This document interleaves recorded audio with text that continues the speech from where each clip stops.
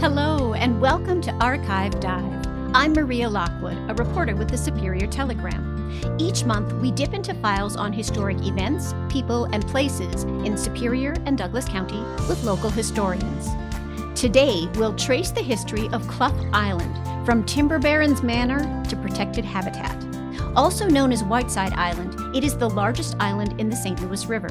It once served as a summer home, complete with a creamery, blacksmith, and racetrack.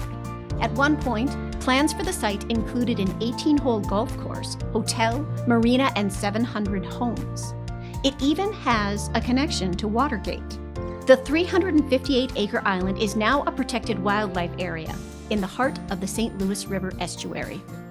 Helping us dive into the story today is local historian Teddy Moronic. Hello, Teddy. Hi, Maria. Thanks for joining us. Oh, I'm glad to be here. So Clough Island is like halfway between Wisconsin and Minnesota, right? Yeah. But it belongs to Wisconsin? It belongs to Wisconsin because of the boundary line for the state. Okay. So it is part of Superior.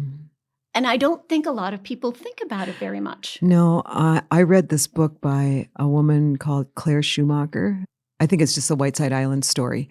Anyway, when she was researching it, when she first got interested in the island, she was shocked that she went to the St. Louis County government offices to find out more about it. Mm-hmm. She was shocked no one had any information about this island. And then she discovered by happenstance that it didn't belong to Minnesota. It belonged to Wisconsin. And she was just sort of amazed for some reason that why did it belong to Wisconsin and not Minnesota? But it's just because of when the boundary line was drawn.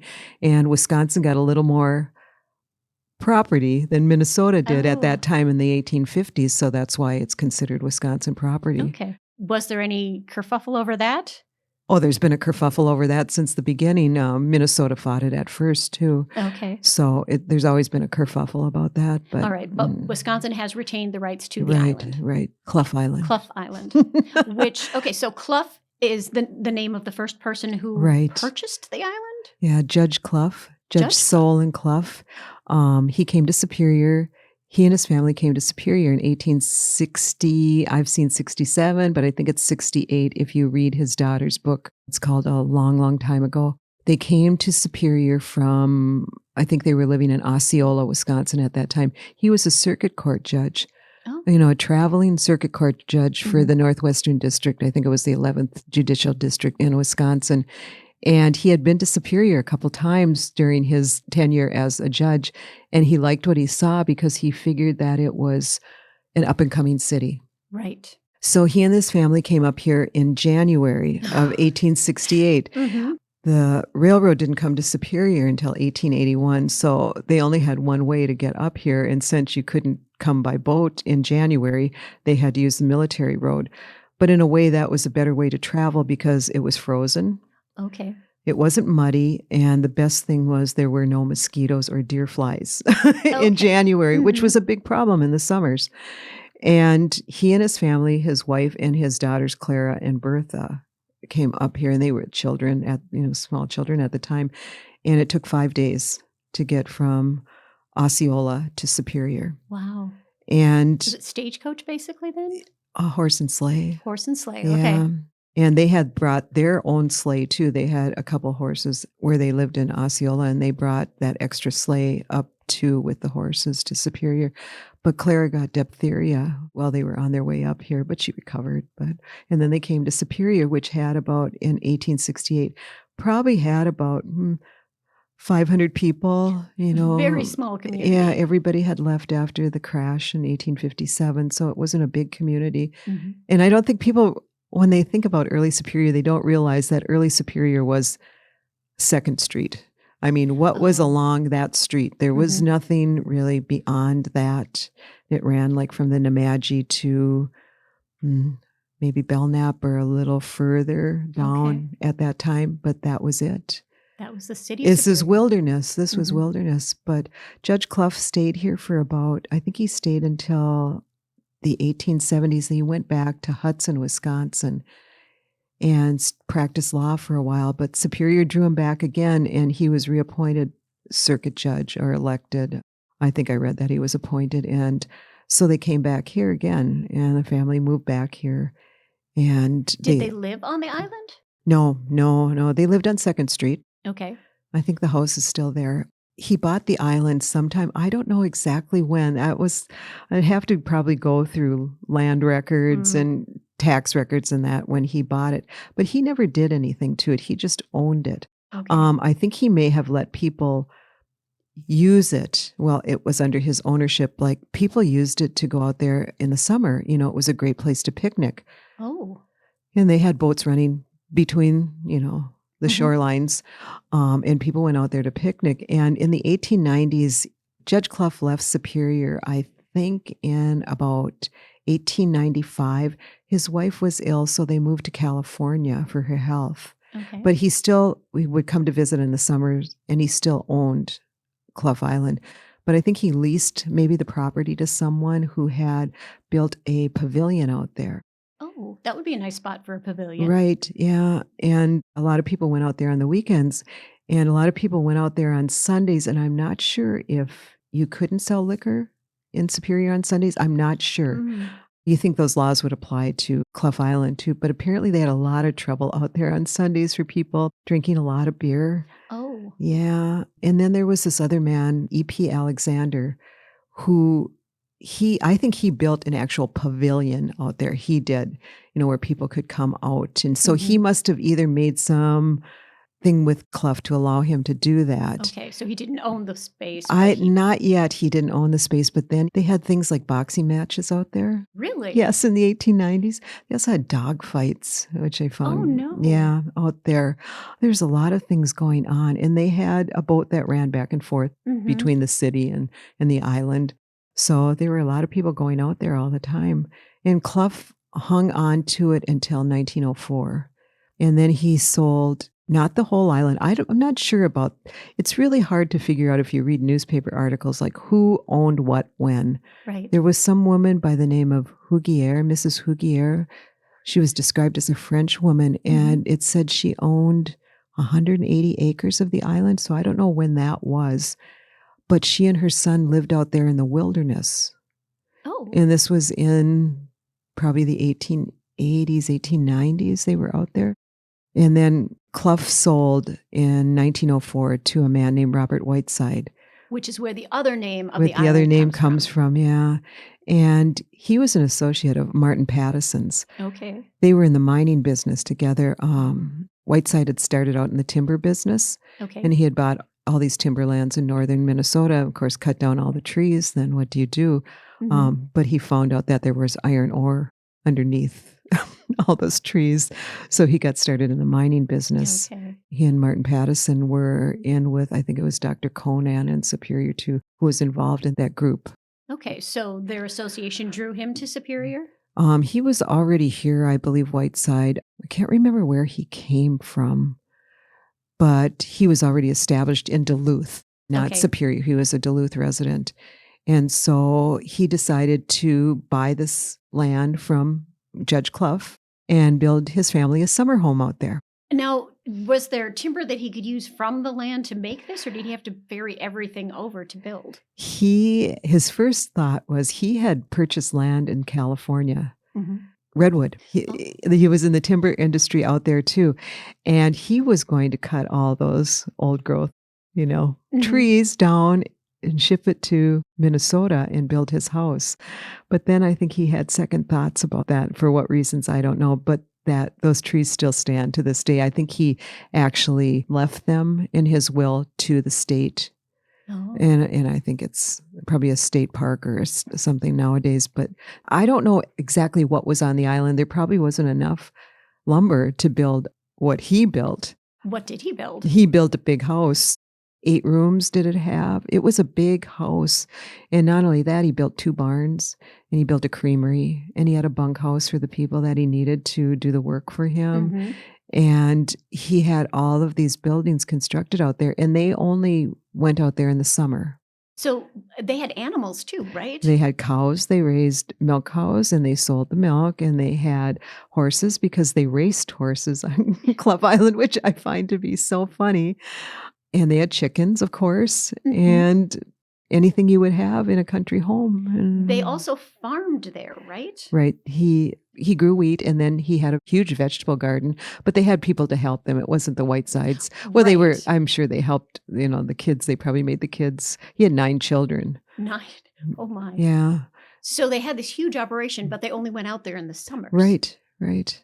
Yeah. And I think when they first bought it, for the first few years, they didn't have a house built on there, so they'd camp out there in the summers. And Okay. and people did that. Like Judge Clough's daughter was married to Irving Lenroot, and Irving Lenroot is the only United States senator that ever came from Superior. Mhm. So he and Clara was his wife, and their daughters, they had 2 daughters, and they would go out there and camp in the summers Okay. before Irving's political career really took hold. And they would go out there and camp. So people camped out there too. And the Whitesides did that for many years Until they could build. until they built their house. Yeah, I'm sure it was, glamping, not really camping. Well, even after they built their house, did they have running water They or did. They had, electricity? yeah, Or they had a well, and they had electricity that came from Duluth that was underwater. They had Okay. and it was copper. The pipe was copper Mhm. that the wires were fed through. And during the Depression, someone stole the copper. So they lost their electricity. Yeah, yeah. Oh, hopefully they were able to manage. Well, they didn't really use that house for very long, because one of the Whitesides' sons was swimming in the river, Mhm. and he got carried off by the current, and he almost drowned. And after that, Mr. Whiteside really didn't want to go out there Mhm. anymore, and he built a new place on the Vermilion Road. Okay. So they Yeah. stopped going there in They the stopped summers? going there, But the yeah. buildings and the animals and everything was still there, right? Yeah, for a while, yeah, they had caretakers until the 1950s. Okay. The Whitesides owned it until the 2000s. It was the Whiteside Trust, I believe, Oh, that really? owned it until the 2000s. But all of the buildings are long since gone, right? Yeah, everything's gone. The house burned down in the 50s. Okay. But then there was someone else who owned part of the island, and I don't know how he acquired the 10 acres that he acquired, but it was E.P. Alexander. Okay. Do you know when he took over that 10 acres? Oh, he was out there, I want to say after 1900. So it was before Whiteside?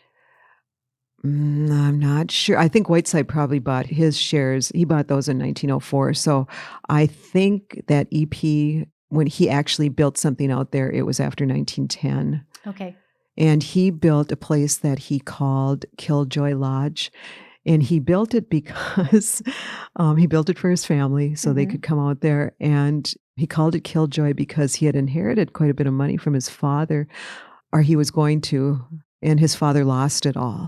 During the Depression or? I don't know if it was some whatever was going on at that time, but his father had lost all his money, so that's why he named it Killjoy Lodge, because maybe it could have been bigger if he'd had inherited more money or something. But Mhm. yeah, and he was in real estate in Duluth. Okay. And Did he live at the Killjoy Lodge, or was it once again a summer? No, that was place? just for fun. Just for fun? Just for fun, you go out there. And he lived in Duluth, and he was a pretty well-known real estate agent in Duluth. He was also an amazing golfer. You will see his pictures in the Tribune all the time because he was golfing at, I don't know if it was called Northland Country Club at that time, but Mhm. that's where he did most of his golfing. But he was quite a character, and he seemed to know everybody in the Twin Ports. And I don't know how long they own the property out there. But the most interesting thing I think he's just an interesting character in and of Mhm. himself, but his daughter married a man named Butterfield, and they had a son who was named Alexander Butterfield. And if you know anything about the Watergate Mhm. incident during President Nixon's term in office, that name comes up because Alexander Butterfield was the man who bugged the Oval Office for Nixon so he could record conversations that he had. Okay, so he was working with Nixon. He was working with Nixon, yeah, but he's the one who testified that this is what was being done, that the office was bugged, Oh, okay. and that they were recording conversations. Wow. And so that's what eventually got Nixon, was Mhm. because there was evidence of conversations he had had about the Watergate incident. So Do you think this man, Butterfield, had ever been to Clough Island? I don't know. There's pictures of the kids Alexander's kids on the island when they look like teenagers or older. Okay. Certainly could have. His son, Mr. Butterfield, or Mr. Alexander, I'm calling him Butterfield now. Mhm. He had a son who died in World War I. Oh. Was the only son. He had 2 daughters and a son, and he died in World War I. He died of the influenza, the Spanish flu, Mm. and he was in Europe at that time.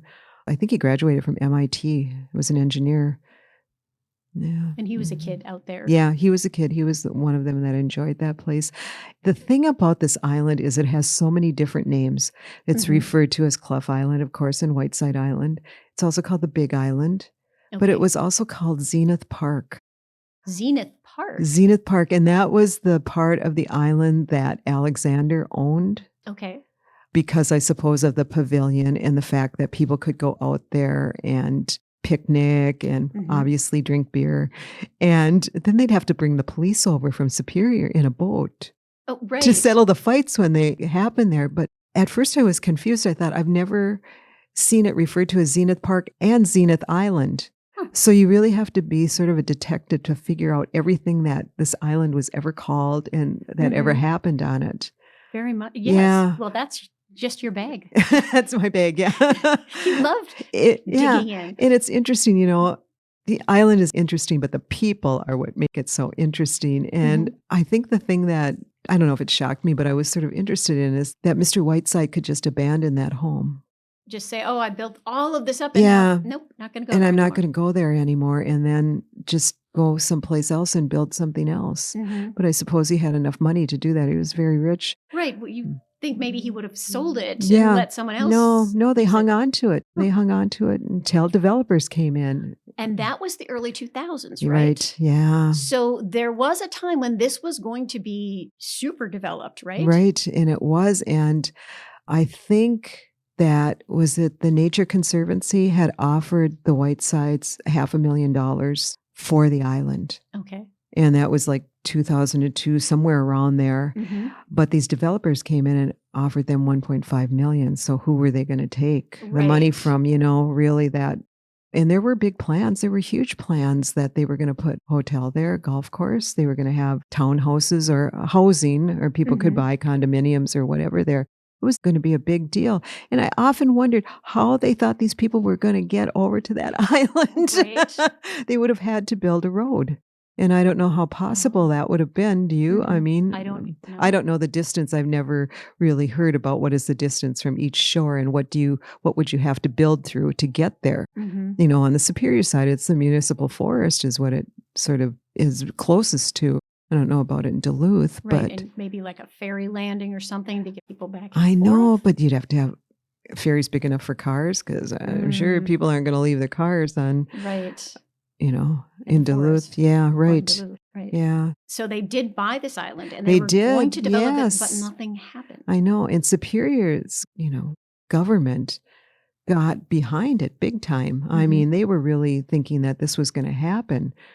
And Duluth wasn't quite on board, probably still resenting that it was in Superior and not Duluth.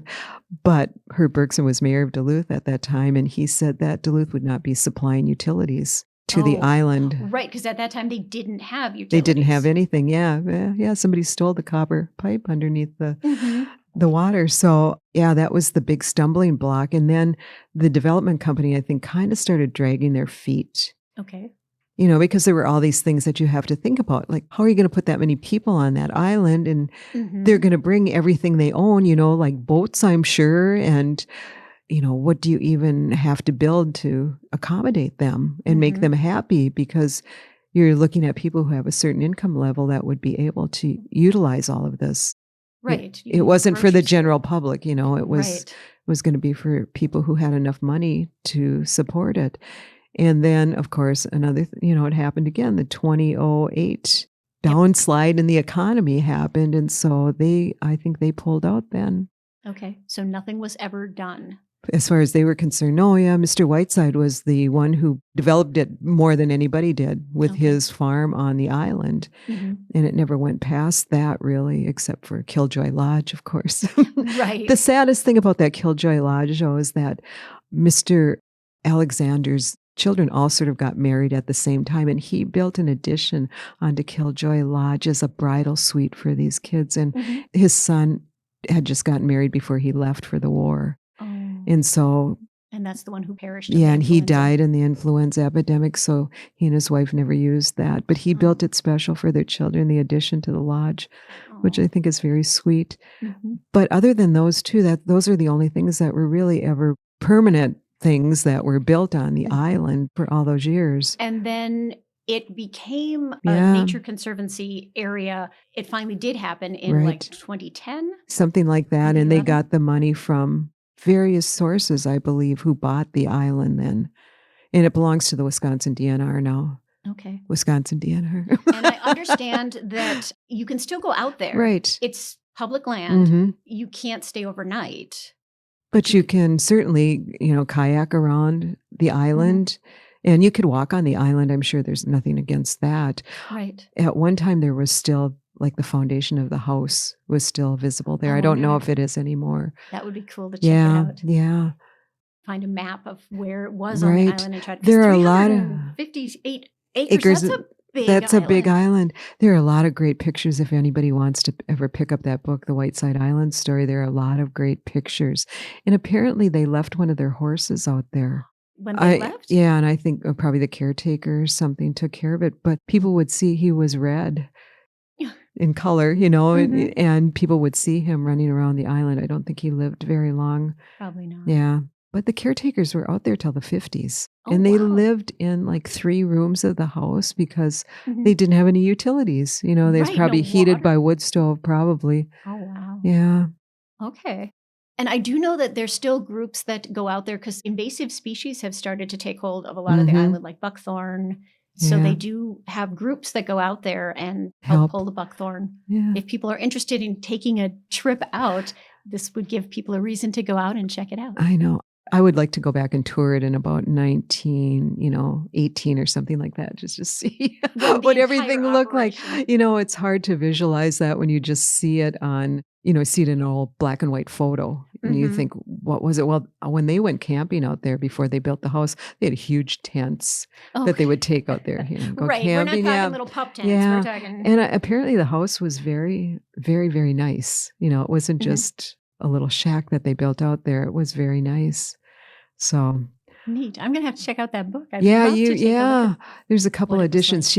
I think she published another edition after the first one. It was pretty successful. She also wrote another book about Buffalo Bill's connection to Duluth. Oh, really? Yeah, that was a pretty good bestseller for her. Huh. Well, maybe that'll be a future episode. Yes. Awesome. Well, thank you, Teddy. You're welcome. And thank you for listening to Archive Dive. New episodes are available monthly at superiortelegram.com or wherever you listen to podcasts. If you have a topic you'd like us to explore, email me at mlockwood@superiortelegram.com.